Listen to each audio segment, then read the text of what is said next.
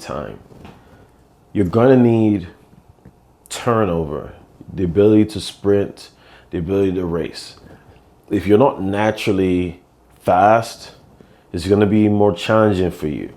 Again, if your PR is in 6'9" low to 6 mid or faster, then you have some type of speed, all right? You got something to work on. If you're trying to go from 7'1" or 7'2" to 6'7", maybe. I haven't seen it yet, but maybe. So you're gonna need some speed, which if your PR is in this range, you have something. So the athletes that I've worked with, they kind of fall into two buckets. The first bucket, they're the blast out the blocks kind of guy. Powerful, they got good strength, all that. Then there's the top end demons. They'll hawk you down type of speed. You know those guys. I'm sure we've all raced them. Maybe that's you. What I've seen here and what I've seen here is you don't necessarily need to merge them. Some of them have qualities of both. The top end guy has to be at least decent up the blocks. And the block bully needs to have at least decent upright running mechanics. They can't completely fall apart. So with that being said, I want you to think about which bucket you fall into. I'm going to talk a little bit about both, but the method to running 6'7", being the block bully, if you cannot clean 225, I don't think you have enough strength necessary or power necessary to run 670 something as a personal best. Again, if you put yourself into this bucket of being the block bully, ideally, I would want the person that I'm working with to be able to squat 365 or more. 365, 225 at the minimum, 225 with ease is going to be necessary. You're also going to need a box jump of 60 inches. When all the boxes are stacked at our gym, we got 60 inches worth of boxes.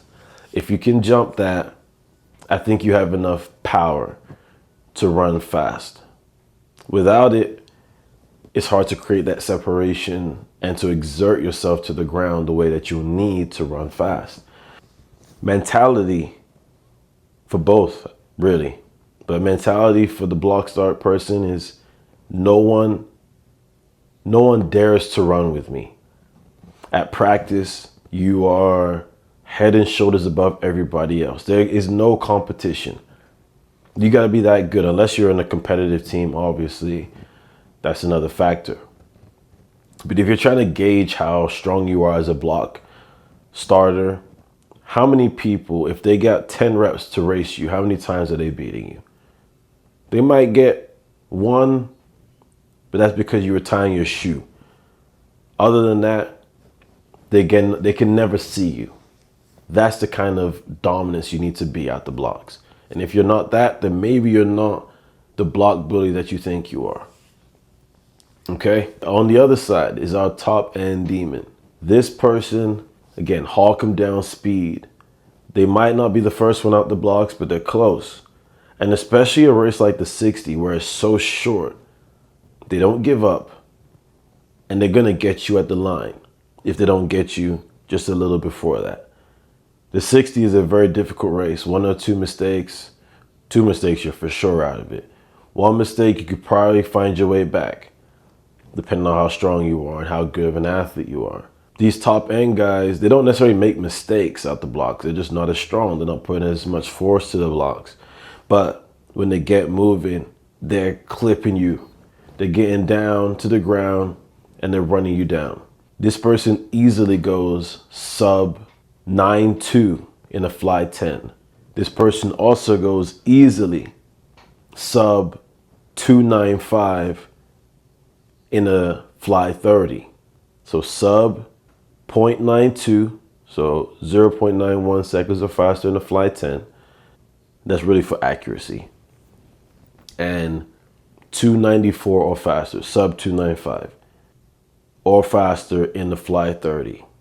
We've had athletes on our Woodway curve machine, both pockets of athletes, the starter and the top end demons, are over 18 miles per hour, but close to this group is a little bit faster, running about 18.5, 18.6.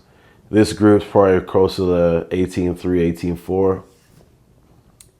Still being able to get up to speed though. So if you have a treadmill that can track your miles per hour, shoot for that number. If you're able to be over 18, at least you're close. 18.5 is really where I want you to be. That's the method for this group. Maybe not the method. Maybe is that the wrong word I'm using? These are requirements. These are the requirements for these groups, okay? The method to running 6-7 comes from having these things checked off, having the mentality as well. I didn't talk about mentality with this group. Having the mentality that no matter how much space I'm back or I'm losing, I'm going to close it. Or no matter how much space I'm ahead, I'm going to extend it. Technique is not as big a factor as we think. Now, people that get a lot of good coaching, I coach my athletes to be technically sound as well. It's good habits, good principles to have to minimize injury and maximize performance. Don't get me wrong. However, being able to run fast doesn't mean you have to be the most technically sound person. And to run 6-7, you don't need to be the most technically sound person.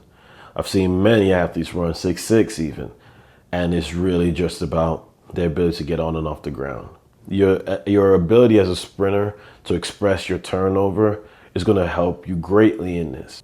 You can have a lot of stride length, but if you don't have the turnover to go with it, it means nothing.